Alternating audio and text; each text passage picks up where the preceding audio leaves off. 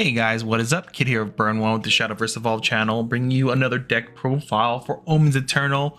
We've made it to Havencraft now. Obviously, the best deck in the format, Egg Haven, is here. We got some great upgrades for the deck that add a lot of consistency tools to it to make it that much more threatening, and it's still obnoxiously powerful. So let's just get right into it.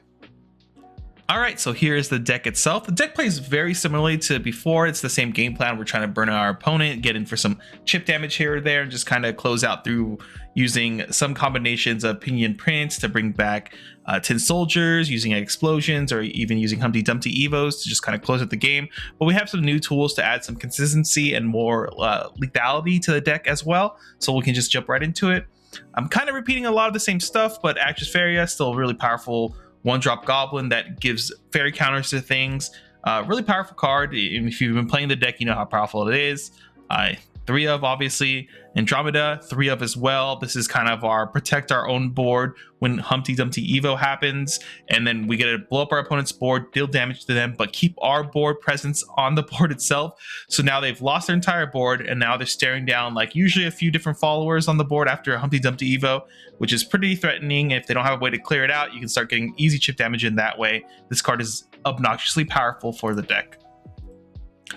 2 Bellringer Angel, 1 Evo. I still like this card a lot, though I think the deck now kind of favors being more aggressive towards the game plan of actually burning them out quicker than later. But I still think having a couple wards in the deck, especially on games where you're forced to Humpty Dumpty Evo just to like be able to play the game, being able to like play out a Bellringer Angel while using a Humpty Dumpty Evo, so you can get at least a card back or something like that, is still pretty good. And also, you know, Forte, things like that are still a thing. So still having, like I said, a ward, access to some type of ward that's also semi-searchable in this deck is pretty powerful, I think.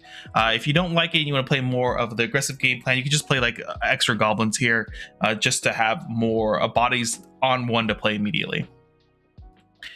Demon Epitaph. So this is a new card for the deck itself.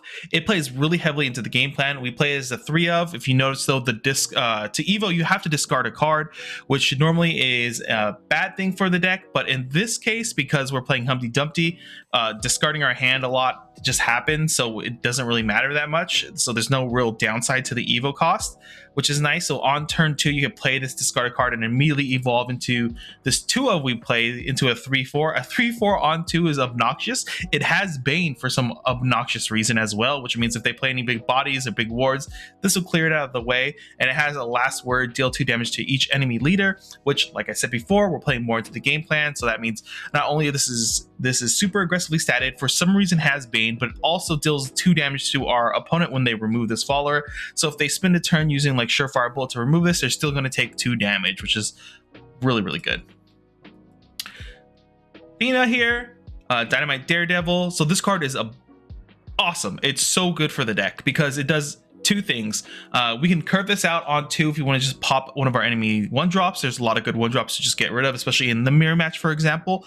But the great part about this is the secondary, or yeah, the one of the other effect we'll be using it for, which is you can look at the top 5 cards of your deck. You reveal a follower that costs 1 play point from among them and add it to your hand. Put the remaining cards on the bottom of your deck in any order. So the big thing here is that when we're setting up turns that we know we're going to a Humpty Dumpty Evo, this will on play, we can help us find an Andromeda, because we don't have no real way to search this out. In the prior set, we were just forced to draw into it naturally. So the games where we naturally drew into this early made it so that we had really, really strong board presence once we started evoing Humpty Dumpty, and usually those games we ran away with because Andromeda is just super powerful on a Humpty Dumpty Evo turn. But now that we have this Fina here, means we're going to be able to actually more consistently have Andromeda when we need it. So we can even curve this out on 2 just to find an Andromeda to use later, which is really, really good. Card's insane. We're still playing Alice's Adventure. So on turn 2, if we miss or don't need to play anything else, we just play this to search out usually Alice Wonderland Explorer here, because this is kind of how we feel our hand advantage. Especially since we discard our hand, this card puts cards into our Evo zone. We play 3 of the Evo, obviously, because this card is just that good. So on Evo, look at the top 4 cards of your deck. You may put up to 2 Fable cards from among them and put them into EX area. Put the remaining cards on the bottom deck in any order. And then this card also comes in with a Fable counter, and you can move the Fable counter to another card. Most of the time, we're looking at to move it to Tin Soldier so we can get the extra ping damage in. That way, you'll be playing Alice a bunch. Card is really good because, you know, if our hand is in our EX zone, we're not discarding cards when we do Humpty Dumpty Evo. Speaking of Humpty Dumpty, here he is as before. Look at that smug face. I want to punch him in the face. It's a 3/3 Evos for free into Humpty Dumpty, but it deals 5 damage to the entire board and 3 damage to the enemy leader, and you have to discard your entire hand to do that. Like I said, with Demon Epitaph, the Evo cost doesn't really matter as much because we're playing Humpty Dumpty, so all this stuff just works so well together. It's just that good. This is a new card here, Lyriel, our Archer Throne. This card plays into our game plan because we're still like being able to deal damage to our leader, but also helps us in the mirror match as well. When we play this out onto the board, it makes it harder for our opponent to actually burn us out that way, but we can still ping in for 2 damage during their turn and then have this sit on the board. They're kind of forced to Humpty Dumpty Evo to get rid of this, and when the Humpty Dumpty does Evo, we don't take damage from the Evo itself either due to how the ruling works on this card. So card's obnoxiously powerful in the mirror match. It also plays into the game plan. I really like this card as a 3-of in the deck. It is not a Fable card, so you have to kind of naturally draw into it, but the games you do draw into it and even curve it out on 3, because before we didn't have a lot of good turn 3 curves, especially going first. A lot of times you would just like slam a Humpty Dumpty, or sometimes even a Tin Soldier if you drew into the Tin Soldier, and if you're unfortunate like that. You just end up now being able to play Lyriel instead, which is really good. It's on game plan. We get to push damage. Tin Soldier, 3-of. I mean, it's obvious why it's here. This is part of our big win condition. This card gets Fable counters. The more Fable counters we add to it, we can remove Fable counters, deal 2 damage to an enemy leader or enemy follower. This is kind of how we control the board and also like ping our opponent to death a lot of the times. This card's insane. It could get, like, I've had games where it's got up to like 4 Fable counters, and I just like pop like everything on the board to make sure my board lives so I can win the next turn. It's a really good card. Explosion. This is like an awkwardly good and bad card at the same time. You know, it deals damage to our opponent, burn damage for every Explosion or Humpty Dumpty in our cemetery, +1, and then it also deals damage to the board. It just adds extra reach and also kind of cleans up the board a little bit here and there when possible. Honestly, sometimes I feel like this is one of the weaker cards of the deck, but it's kind of like necessary evil sometimes because it does find you lethal a lot of times when it gets into the later part of the game and you have a few Humpty Dumpties and a few Explosions in the grave. When this starts like hitting the board for 4 or so, it gets really powerful. March Hare's Tea Time. Once again, this is kind of more value engine here. Comes into play, top check 5. Play a Fable follower that costs 5 play points or less among them and onto the field.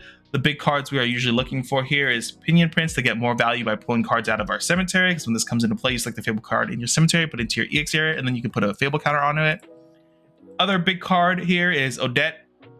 Odette's really powerful because on the games or even turns where you don't really want to play Andromeda, but you go into an Odette and everything suddenly gets more than 5 health, doing a Humpty Dumpty Evo on that turn, even though it leaves all your followers with like 1 health, is still really strong, because now you still have a board, they don't have a board, you push damage, and this thing is huge. You heal 2 on play, and when it gets removed from play, you also heal 2 again as well, and then your followers also get +2 health as well on death. Card is really insanely good. Second part of March Hare's Tea Time is we pay to tap this, send this to the cemetery. We select the Fable cost follower that 3 play points or less in the cemetery and put it onto your field. A lot of times we're looking at Tin Soldiers, the big card. Sometimes we are forced to occasionally get either Alice in Wonderland because we need cards, or Humpty Dumpty. Those are usually our major targets there. But yeah, cards obnoxiously insane for value.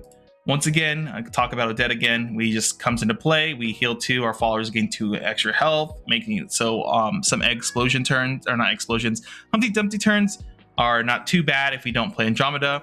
Card's really good. Pinion Prince, we play, this is a 3-of because we get the extended value, adds extra reach because we get to bring back Tin Soldier, Explosions, Humpty Dumpties as well. We play 1 of the Evo because the Evo is pretty good, but it's not that great, so we don't really like to Evo it that often. But having 1 as a there just to either remove something immediately or just threaten extra damage is really good. But yeah, I mean, the deck is pretty much the same. There's not a lot to really talk about. We're more looking at ways to either push the damage with the new Demon Epitaph here. Like I said, Lyriel as well is a really, really great tech card. I think if you expect us to play a lot of mirror matches, this card is insanely good.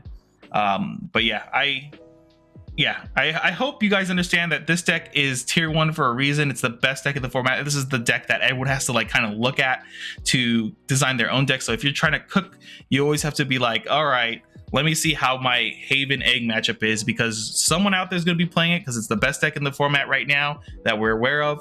And so you have to have a decently okay matchup into this to make any other deck worthwhile of playing. But yeah, with that being said, guys, that kind of wraps it up. If you like the deck, or if you're even playing Egg Haven right now, let me know what your builds are looking like. I know everyone has some their own little tech cards. I'm not seeing a lot of people right now playing Lyriel. I think this card's insane in the deck itself. It's really, really strong.